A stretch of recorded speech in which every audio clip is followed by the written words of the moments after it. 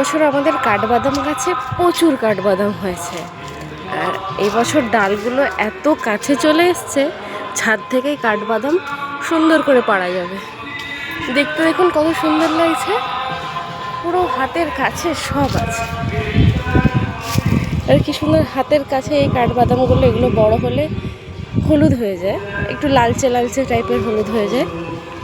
ওপর খোসাটা না খেতে কিছুটা টক মিষ্টি টাইপের লাগে। আর এর ভেতরে একটা শক্ত খোলা আছে, সেই শক্ত খোলার ভেতরে বাদাম থাকে, যেটাকে এখানে আমাদের এখানকার ভাষায় সবাই কাঠবাদাম বলে। খেতে প্রায় অনেকটাই 90% মতোই আমন্ডের মতোই টেস্ট লাগে, কিন্তু ভেঙে খেতে একটু কষ্ট হয়, কেন শক্ত খোলার ভেতরে থাকে তো। দেখুন কত সুন্দর দেখতে লাগছে, যেন মনে হচ্ছে আম, কিন্তু এগুলো আম নয়, এগুলো কাঠবাদাম।